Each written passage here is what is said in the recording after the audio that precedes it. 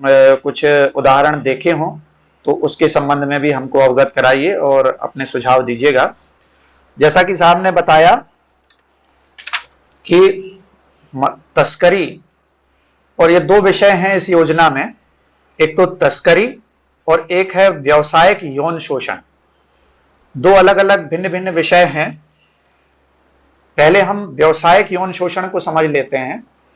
व्यावसायिक यौन शोषण से क्या तात्पर्य है कि यदि किसी महिला, किसी भी उम्र की महिला हो, बच्चियां या कोई छोटे बच्चे, जिनको कि बहला फुसला करके कोई संगठित गिरोह के द्वारा कहीं दूर ले जाया जाता है और उनसे एक तरह से उनका यौन शोषण किया जाता है, या उन्हें किसी ऐसे वेश्यावृत्ति वाले क्षेत्रों में धकेल दिया जाता है जो कि कानूनन अपराध है। कुछ तो समाज में हमारे यहाँ पर ऐसी प्रजातियां भी हैं, भारतीय समाज में भी, कि जो स्वैच्छिक रूप से जो है वो देह व्यापार का काम करती हैं। हालांकि वो भी कानून में प्रतिषिद्ध है, लेकिन उनकी रूढ़िगत परंपराएं हैं जो इसके लिए उनको प्रेरित करती हैं। परंतु कुछ लोगों को अनजाने ही इसमें झोंक दिया जाता है, तो उनसे इस तरह से कुछ संगठित गिरोह काम करते हैं और उनसे इस तरह का व्यवहार किया जाता है कि वो अपने देह को बेच करके और पैसे कमाएं, जो व्यक्ति उनको इसमें धकेल रहा है। तो एक तो ये व्यावसायिक यौन शोषण है जो कि एक संगठित अपराध है और जो महिलाओं बच्चों के यौन शोषण को परिभाषित करता है। इसलिए इस स्कीम में इसका जो उद्देश्य बताया गया है कि ये व्यवसायिक यौन शोषण से पीड़ित व्यक्ति मिलते हैं, तो उसका हमारा उद्देश्य क्या होगा इस स्कीम का बनाने का, कि उनको हम ऐसी कानूनी सहायता पहुंचाएं जो उनको इस दलदल से बाहर निकालने में मदद करे। दूसरा, जब हम कभी ऐसे व्यक्तियों को पाते हैं तो सबसे पहले जो विधिक प्रावधान है उसके अंतर्गत तो यह है कि चाहे कोई भी थर्ड पर्सन हो, चाहे एक पीएलवी हो या कोई एक आम जन हो, या स्वयं जो पीड़ित है वो स्वयं, या पीड़ित के कोई परिजन, सबसे पहले पुलिस में एफआईआर करें उसके अगेंस्ट, उस गिरोह के अगेंस्ट या संबंधित व्यक्ति के विरुद्ध। और जब ये हो जाती है एफआईआर, तो निश्चित रूप से उसका माननीय न्यायालय में विचारण चलेगा और उसको सजा होगी। विधिक सेवा प्राधिकरण का लाभ ये मिलेगा उसको कि हमको उसको, पीड़ित को यदि आइडेंटिफाई हो जाता है तो उसको उस मानसिक दशा से उबारना है, उसका पुनर्वास करना है। और दूसरा ये भी है कि ऐसे अपराध ना हो, इसलिए हमें गांव-गांव जाकर के और ऐसे क्षेत्रों में जाकर के लोगों को अवेयर करना है। पैरालीगल वॉलंटियर्स के माध्यम से हम लोग भी स्वयं जाकर के उसको अवेयरनेस प्रोग्राम करेंगे। और भारतीय जो कानून है उनके अंतर्गत ये जो अपराध बताए गए हैं, ट्रैफिकिंग, ह्यूमन ट्रैफिकिंग और कमर्शियल सेक्स एक्सप्लॉयटेशन के संबंध में, उनकी जानकारी भी हमको लोगों तक पहुंचानी है। तो एक्शन प्लान क्या होना चाहिए इसको करने का, कि सबसे पहले तो हमें जो ऐसे पीड़ित व्यक्तियों के लिए जो सरकार के सभी जो कानून बने हुए हैं, नीतियां बनी हुई हैं, योजनाएं बनी हुई हैं, उनका लाभ हमको ऐसे पीड़ितों को पहुंचाना है। इसलिए हमको सरकार की योजनाओं को पढ़ना होगा, कानूनों को पढ़ना होगा जिनमें ऐसे विधिक प्रावधान दिए गए हैं। एंटी ह्यूमन ट्रैफिकिंग जो बॉडी होती है सरकार में, पुलिस डिपार्टमेंट है जो इस तरह की तस्करियों को रोकती है या व्यवसायिक यौन शोषण को रोकती है। तो ऐसी हमें, और इसके बाद जैसे मैं बताना चाहूंगा कि सरकार की योजनाएं, तो बहुत सारे डिपार्टमेंट्स जो हैं वो इन योजनाओं को करते हैं कि यदि कोई महिला जो है मिलती है व्यवसायिक यौन शोषण से पीड़ित या तस्करी से पीड़ित, दोनों बातें कर लें हम, तो सबसे पहले तो हमको क्या है कि हर जिले में एक वन स्टॉप सेंटर खुले हुए हैं। तो यदि उसके लिए कोई ठौर ठिकाना नहीं है रहने के लिए, पुनर्वास के लिए सबसे अच्छा साधन है कि वन स्टॉप क्राइसिस सेंटर में वहां ले जाकर के उनका एडमिशन करा दिया जाए, तो कम से कम एक अस्थायी शेल्टर उसको मिल जाएगा, उस महिला को, उस बच्ची को। नंबर दूसरा, जो महिला एवं बाल विकास विभाग है, आईसीडीएस प्रोग्राम जो चलता है, इंटीग्रेटेड चाइल्ड डेवलपमेंट स्कीम जो चलती है महिला बाल विकास विभाग की, उसके अंतर्गत बहुत सारी स्कीम्स हैं जो बच्चों को, निराश्रित बच्चों को या ऐसे पीड़ितों के लिए लाभ पहुंचाती हैं। प्रेग्नेंट हो जाती हैं वुमेन्स, तो उनके लिए भी महिला बाल विकास विभाग में योजनाएं हैं। इसके अलावा फूड सिक्योरिटी और राशन कार्ड्स का वितरण किया जा सकता है, उनके लिए खाद्य की व्यवस्था की जा सकती है, राशन कार्ड वगैरह बनवा करके बीपीएल में शामिल करा करके वो शासन की योजनाओं का ऐसे पीड़ितों को लाभ दिलाया जा सकता है। पेंशन स्कीम चलती है, ऐसी वृद्ध महिलाएं जो ट्रैफिकिंग का शिकार हो गई हैं या इस तरह के उसमें फंस गई हैं दलदल में, तो उनके लिए उनको वहां से निकाल करके सोशल सिक्योरिटी के रूप में, सामाजिक सुरक्षा के रूप में उनकी पेंशन भी दिलाई जा सकती है। दूसरा, जब छोटे बच्चे मिलते हैं तो उनको हमको एक तरह से एजुकेशनल स्कीम्स का लाभ दिलाया जाना चाहिए। मिड डे मील है, ब्रिज स्कूल्स है, सर्व शिक्षा अभियान के तहत उनको जोड़ा जाना चाहिए, शिक्षा विभाग का समन्वय से उनको लिया जाना चाहिए। इसी तरह जो हम देखते हैं कि शहरी और ग्रामीण आजीविका मिशन चलते हैं, ग्रामीण आजीविका मिशन और शहरी आजीविका मिशन, तो ऐसे मिशनों के अंतर्गत स्व सहायता समूह बना करके ऐसी पीड़ित महिलाओं को उनको संगठित करना चाहिए और उनके पुनर्वास का प्रयास करना चाहिए। ये तो हो गई शासन प्रशासन के स्तर पर योजनाओं का हम लाभ ऐसे पहुंचा सकते हैं उनको। कानूनी रूप से सहायता पहुंचाने के लिए जिला विधिक सेवा प्राधिकरण और तहसील विधिक सेवा समितियां काम कर ही रही हैं। उनको निःशुल्क पैनल लॉयर्स की सुविधा उपलब्ध करा करके एफआईआर कराने से लेकर के रिमांड स्टेज पर ऐसे अभियुक्तों को कड़ी से कड़ी दंड दिलाने के लिए, विचारण के लिए, अभियोजन की सहायता के लिए, इन सब में हम उनकी मदद कर सकते हैं।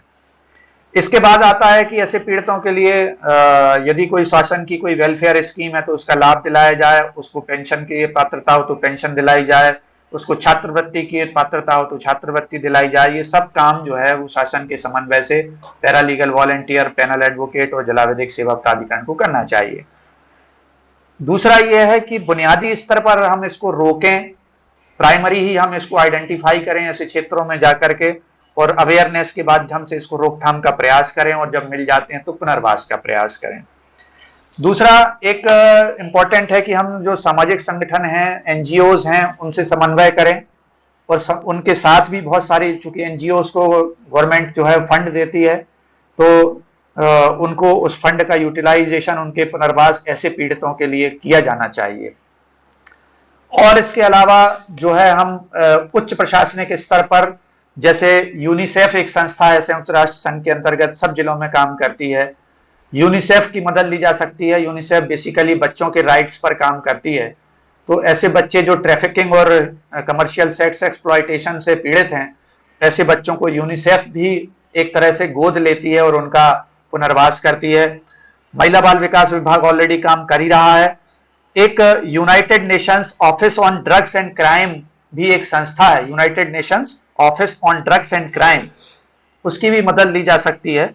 इसके अलावा जो कई बार ऐसा होता है कि कमर्शियल सेक्स एक्सप्लॉयटेशन के दौरान कुछ महिलाएं जो होती हैं वो एड्स से पीड़ित हो जाती हैं, एचआईवी से पीड़ित हो जाती हैं, तो ऐसी महिलाओं के लिए नाको एक संस्था है अपने भारत देश में, national AIDS control authority organization NACO, जो कि डिस्ट्रिक्ट हॉस्पिटल के साथ या हॉस्पिटल के साथ स्वास्थ्य विभाग के साथ संबद्ध होकर काम करती है, जो कि एचआईवी पेशेंट्स के लिए भी काफी मदद करती है, फ्री ऑफ कॉस्ट मेडिसिन देना, उनका रिहेबिलिटेशन कराना आदि आदि। तो ऐसे नाको की भी हम मदद ले सकते हैं। मैंने आपको पहले ही बताया कि ग्रामीण आजीविका मिशन और शहरी आजीविका मिशन से हम जोड़ करके ऐसी महिलाओं के पुनर्वास के लिए स्व सहायता समूह का गठन करके उनको काम दिला सकते हैं। अब एक कॉन्सेप्ट और भी आया है कि ग्राम लेवल पर हम क्या करें, तो ग्राम स्तर पर बाल संरक्षण कमेटी जैसी कमेटी बनानी चाहिए। बाल संरक्षण कमेटी का में कौन कौन रख सकते हैं अपन, जैसे उसमें पंचायत के मेंबर्स को रख सकते हैं, ग्राम संरक्षण कमेटी में पंचायत के मेंबर्स हो गए, स्कूल के टीचर्स हो गए, प्राथमिक शाला या माध्यमिक शाला के या हायर सेकेंडरी स्कूल के टीचर्स को उसमें शामिल कर सकते हैं, स्टूडेंट्स को हम शामिल कर सकते हैं, ताकि ये ऐसे बच्चों के ऊपर नजर रखें कि ग्राम से कोई बच्चे पलायन तो नहीं कर रहे हैं, या ग्राम में कोई आकर के कोई बाहर से व्यक्ति ऐसे बच्चों को एक्सप्लॉइट तो नहीं कर रहा है, कहीं ले जाकर के मजदूरी कराने का झांसा तो नहीं दे रहा है। ये कमेटी चूंकि गांव के ही लोग रहते हैं, उनकी नजर में सब रहते हैं, तो छोटे बच्चों पर नजर रख सकते हैं। स्कूल के टीचर्स हैं कि भाई स्कूल आ रहा है तो उसने स्कूल क्यों बंद कर दिया, वो बच्चा यदि गुमशुदा हो गया, गुम गया है, कहाँ है, उसकी पतासाजी करना चाहिए। तो ये ऐसी मदद छोटे छोटे स्टेप्स उठा करके इनको प्राइमरी स्टेज पर हम रोकने का प्रयास कर सकते हैं। हमारे पीएलवीज जो हैं वो पुलिस थानों में काम कर रहे हैं कई जगहों पर। एक माननीय सर्वोच्च न्यायालय की रिट पिटीशन थी संपूर्ण बहरुआ वर्सेस यूनियन ऑफ इंडिया, उसमें काफी पहले माननीय सर्वोच्च न्यायालय ने ये 55 बचाओ आंदोलन, बेसिकली उन लोगों ने इसको फाइल किया था माननीय सुप्रीम कोर्ट में। 55 बचाओ आंदोलन का मूल उद्देश्य था कि बच्चों को हर तरह से उनका समग्र विकास हो और उनके सब अपराधों से बचाया जाए उनको। तो उसमें डायरेक्शन माननीय सर्वोच्च न्यायालय ने ये किया था कि हमको पुलिस थाना लेवल पर लीगल एड क्लिनिक्स खोले जाने चाहिए और लीगल एड क्लिनिक्स में पैरालीगल ड्यूटी लगाई जानी चाहिए, जो विशेष रूप से इस बात की जानकारी रखेंगे पुलिस थाने में कि कोई गुमशुदा बच्चे की रिपोर्ट तो नहीं आई है। यदि गुमशुदा बच्चे की रिपोर्ट आई है तो उसके माता पिता से संपर्क करें। उसके माता पिता से संपर्क करने के बाद जो हमारी एनजीओज हैं उनसे संपर्क करें। और ऐसे गुमशुदा बच्चों के साथ, क्योंकि सबसे ज्यादा दुर्घटना होने की संभावना ऐसे ही गुमशुदा बच्चों के साथ हो सकती है, उनका ट्रैफिकिंग हो सकता है, उनका व्यवसाय की यौन शोषण हो सकता है। तो कुल मिलाकर के ये है, शहर में पुलिस में anti trafficking, anti human trafficking units बनी हुई है, मोबाइल वैन्स बनी हुई हैं, उसमें नंबर लिखा रहता है, आप उसको भी कॉल कर सकते हैं। जब ऐसे पीड़ित हमको कहीं पर मिल जाते हैं तो उनके रेस्क्यू और रिहेबिलिटेशन का काम बहुत प्रमुखता से करना चाहिए। जैसा वन स्टॉप सेंटर के बारे में मैंने बताया ही है आपको कि वहां पर हम उसको अस्थायी शेल्टर महिलाओं को दिला सकते हैं। और यदि कहीं पर विक्टिम कंपनसेशन का लाभ मिल सकता है तो सेक्सुअली अब्यूजमेंट के आधार पर, लैंगिक शोषण के कारण, उसको हम विधिक सेवा प्राधिकरण के माध्यम से अपराध पीड़ित प्रतिकर योजना के तहत उसको प्रतिकर राशि तो दिला ही सकते हैं। तो ये बहुत सारे ऐसे मामले हैं जिनमें हम मदद कर सकते हैं। चूंकि समय कम है और अभी 3 बजे से सालसा के साथ भी हमारी विशेष वीसी है साहब की, तो जैसा साहब के निर्देश थे कि आप लोगों को क्या काम करने, आप लोगों को अवेयर रखना है, अपने आप को, लोगों को जागरूक करना है, ऐसे तत्वों पर नजर रखनी है कि कहीं बच्चों को वो बहका कर तो नहीं ले जा रहे हैं, महिलाओं को कहीं झांसा देकर काम कराने के लिए तो नहीं ले जा रहे हैं। यदि हमें कोई ऐसे सेक्स वर्कर्स दिखाई देते हैं जो स्वेच्छा ऐसा काम कर रहे हैं तो उनकी काउंसलिंग करना है पीएलवीज को, उनको बताना है कि ये सब प्रतिबंधित है, इससे आपको शारीरिक खतरा भी हो सकता है, एचआईवी भी हो सकता है, और दूसरा ये गलत संदेश समाज पर जाता है। तो इस सबको अपने को ध्यान में रखना है। और आप पैरालीगल वॉलंटियर्स अब थोड़ा सा अपने अनुभव शेयर करें। साक्षी, यदि आपने को कुछ कहना हो तो बोलें। मेरी आवाज आ रही है? अच्छा, हाँ। आप कहां पर पीएलवी हो साक्षी? आप कहां पर पैरालीगल वॉलंटियर हो? लटेरी में। तो वो तो बहुत लटेरी में ज्यादा चांसेस हैं क्योंकि वो जिला मुख्यालय से काफी दूर तहसील है और रिमोट भी एरिया भी है, तो वहां चांसेस ऐसे हैं कि इस तरह के मामले आ सकते हैं सामने, तो थोड़ा सा जागरूक रहिएगा। उपेंद्र, मेरी आवाज आ रही है आपको? उज्जैनिया, आपको आवाज आ रही है मेरी? आप अनम्यूट करें अपने माइक को। हाँ, बताएं कुछ आपके अनुभव हो तो।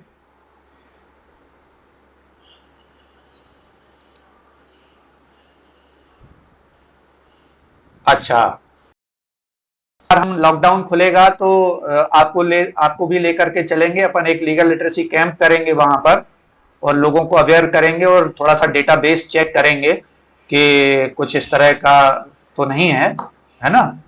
और कोई मेरे साथ जुड़े हों तो जी जी बताएं, बताएं उज्जैनी बताएं। अच्छा, जी जी जी,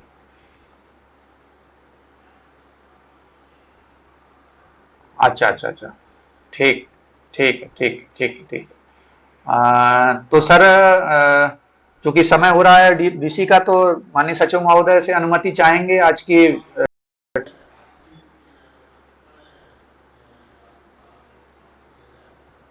जी सर, जी sir. Thank you sir, thank you. अब हम लीव करते हैं मीटिंग। आप सभी का धन्यवाद।